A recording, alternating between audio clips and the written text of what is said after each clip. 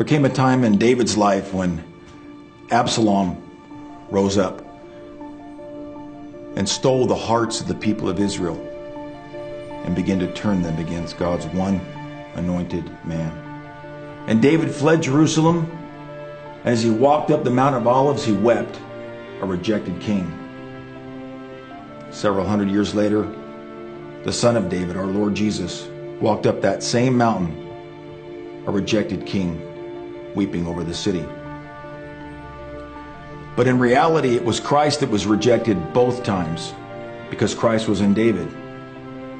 That was God's anointed man of the hour, and to reject that anointed man was to reject God himself. We know these things. We have for years. But it appears that the great shining light that is our faith is being tested.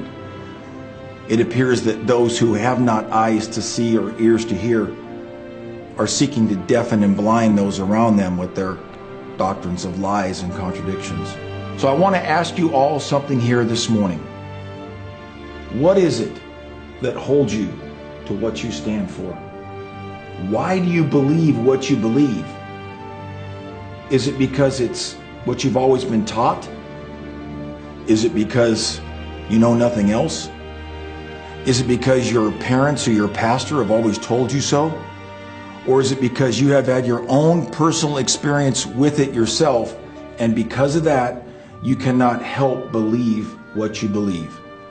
If you had a relationship with somebody that you loved so much that you both shared your innermost secrets together, you knew this person inside and out because of the relationship you both had together. And then what if someone came along and tried to tell you that none of it ever really happened? If you were no longer in that relationship, you should still have enough memories to know that it was real. But even then, you just might be able to be convinced that the relationship never happened. But what if you were still in the relationship? You still saw your lover every moment of the day. If that was the case, this person wouldn't stand a chance of deceiving you. They're obviously trying to convince you of something that they know nothing about. And these people that go around and try to tell us that they have seen the light and that Brother Branham and the message is wrong, do you think that's going to shake the faith of someone that's still in the relationship with Christ, hidden under the Shekinah glory, knowing in whom they have believed, and knowing the true power that lays on those tapes? They might shake the faith of someone that's ended the relationship, but not those that are still in it. Their faith will strengthen all the more. Ask any Muslim.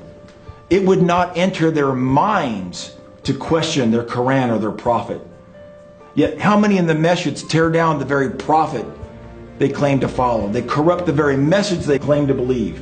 What the denominations have done to the Bible, so has men done to this message. But now they have these groups coming out of the message and trying to pull everyone else along with them. What I'd like to ask him is this: what are you pulling the people to then? Where is the true Christ then? To wherever they would point me, I would ask this: how do you know? Furthermore, how should I know? Because you tell me so? Well, then I'm right back listening to a man again. So what they're saying is I shouldn't listen to Brother Branham, but I should listen to them.